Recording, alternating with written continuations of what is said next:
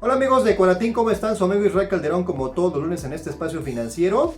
El día de hoy voy a platicar sobre el tema de la semana pasada, la reforma a las pensiones, la propuesta del gobierno federal, junto con la iniciativa privada y los sindicatos, para reformar el sistema de pensiones, principalmente en este primer paquete, para trabajadores que cotizan al IMSS.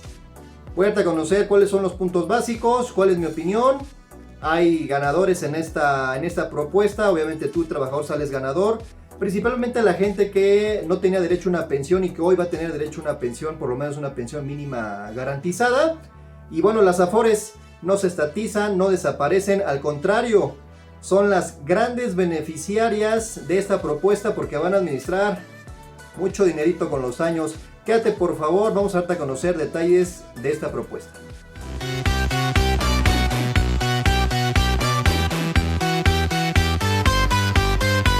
Y bueno amigos, recordemos lo que tenemos al día de hoy, es decir, tu ley 97 que cotiza al IMSS, al día de hoy todavía, tienes que cubrir 25 años de cotización, 1250 semanas, tienes que cumplir obviamente 60 años como mínimo para empezar a tramitar esta pensión.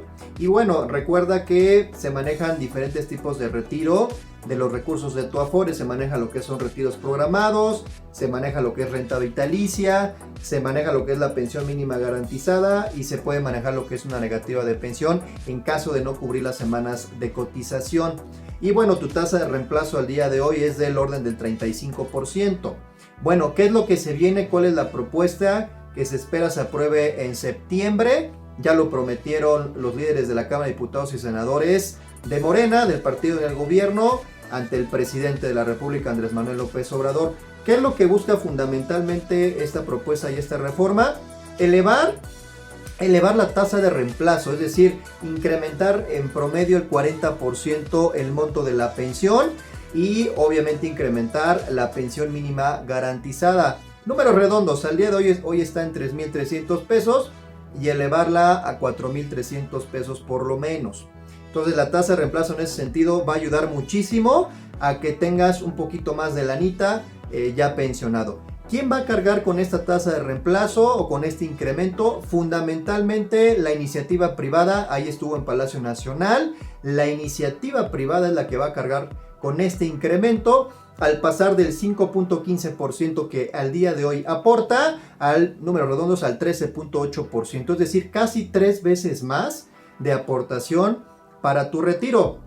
Tu trabajador te quedas estacionado como hasta el día de hoy, 1.1%, números redondos, y el gobierno federal el 0.225% a través de la cuota social.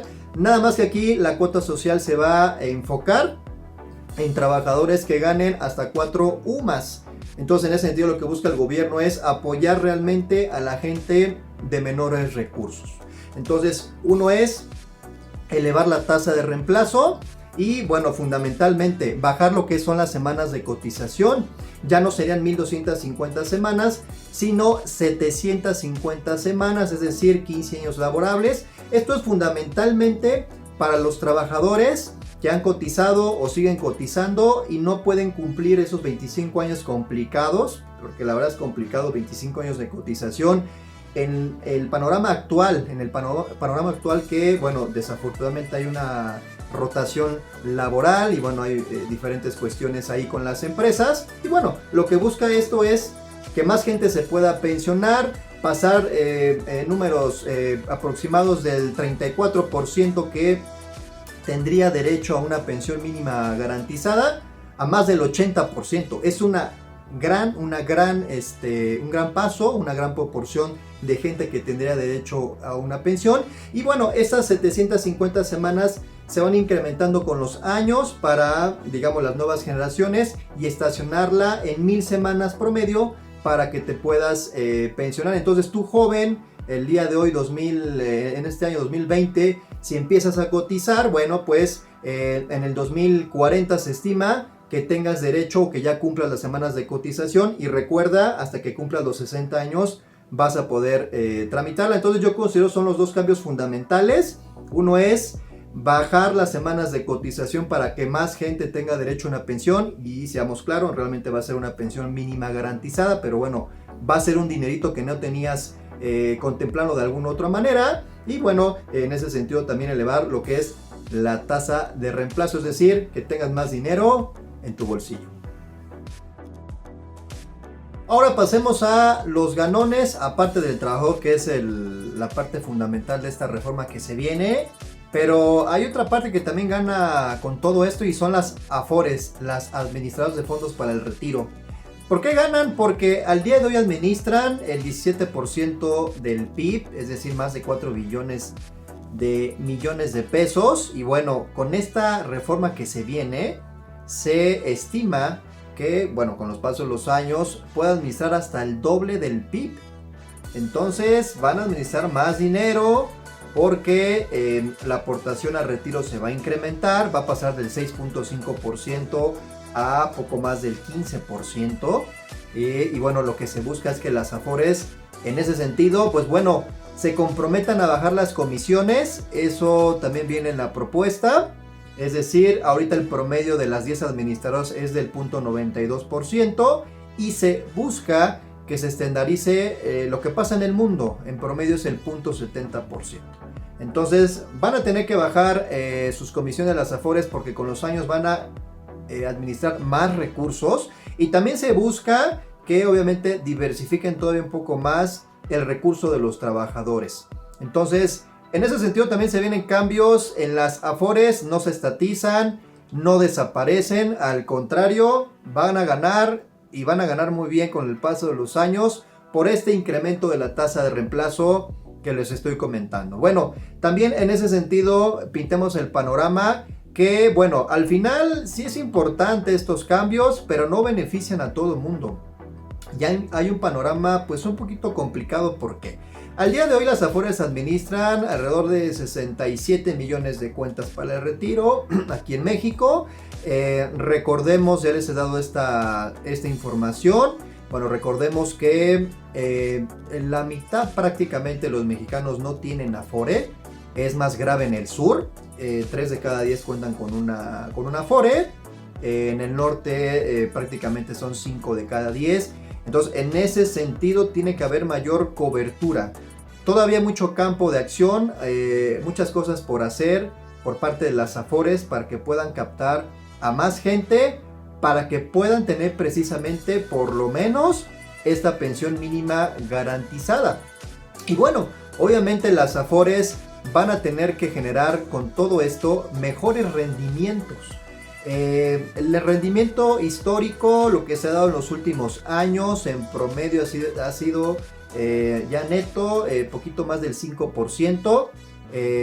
Yo te he comentado que la mitad prácticamente de lo que tienes en tu cuenta individual ha sido de rendimientos. En ese sentido las AFORES pues han sido efectivas, pero van a tener que buscar más opciones para que te generen más rendimientos y eso forma parte de esta propuesta. Y bueno amigos, la verdad es que tampoco no todo es miel sobre hojuelas, seamos también realistas. La verdad es que la propuesta está bastante buena, yo la aplaudo, en ese sentido no le pondría peros, todo es perfectible obviamente, pero creo que en general es una buena propuesta. Pero hay un punto que es importante y que también hay que tomar en cuenta, la parte laboral, la parte de las empresas. Porque al final las empresas van a cargar con esta propuesta, con esta reforma, pero ellas en realidad ¿qué ganan? Aparentemente no ganan, entre comillas pierden, es decir, ¿por qué? Porque van a poner más dinero para el trabajador, pero también el panorama laboral, el que está al día de hoy, es complicado. Entonces de algún otro modo se está aceptando esta propuesta porque también saben que el tema laboral en México en el 2020 ha cambiado en proporción de años pasados, del siglo pasado, etc. Al día de hoy tenemos subcontratación, tenemos gente que trabaja como freelance, tenemos gente que no está cotizando con el salario real en el IMSS. Lo sabemos perfectamente, gente que por fuera le dan, digamos, comisiones u otro tipo de ingresos y ante el IMSS declaran un sueldo más bajo y al final eso te perjudica. A ti te perjudica ese tipo de situaciones. Y bueno, la rotación laboral. Al día de hoy cumplir 25 años de cotización es sumamente complicado. Bajarlo o estacionarlo a 20, bueno, ayuda bastante. Ya 5 años ya es algo. Y a la gente que al día de hoy no tiene derecho a una pensión, bajarlo a 15 años, bueno, pues va a ayudar bastante en ese sentido. Digo, una estadística para que también lo sepas. Del 44% de negativas de pensión que se iban a dar con los próximos años, se baja prácticamente a nada, al 4%. Entonces, en ese sentido, pues sí ayuda, no lo dudo. Pero bueno, el tema laboral está complicado también.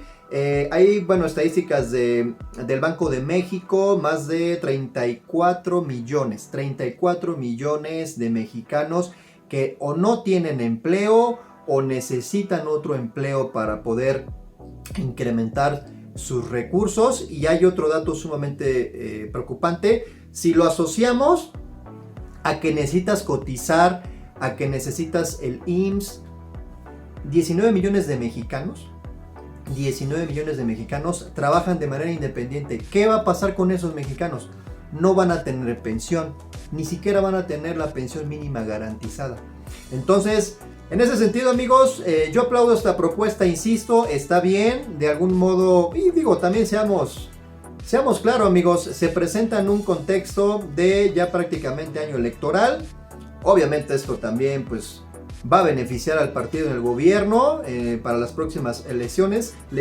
No hay que taparnos los ojos, la verdad, digo, al final también hay cuestiones ahí políticas que benefician, sí, benefician sin lugar a dudas, pero tampoco considero que sea todo bonito y bello. Hay situaciones como el tema laboral que es preocupante, y sobre todo para la gente que no va a cotizar al IMSS, que no ha cotizado o que incluso ni siquiera le interesa cotizar al IMSS.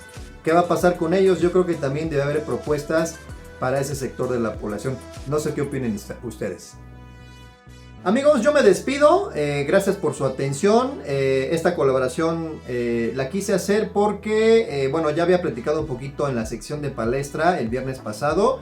Simplemente quise aterrizar algunos puntos que en ese sentido me faltó. Recuerda que aquí estamos todos los lunes después de las 5 de la tarde, en Facebook, en YouTube. Estamos los viernes en la columna en el diario digital. Cuídate mucho, por favor. Recuerda que información es poder. Espero te haya gustado esta nueva colaboración. Mi nombre es Israel Calderón, asesor en finanzas personales, en lo que te pueda ayudar. Excelente semana para todos, amigos.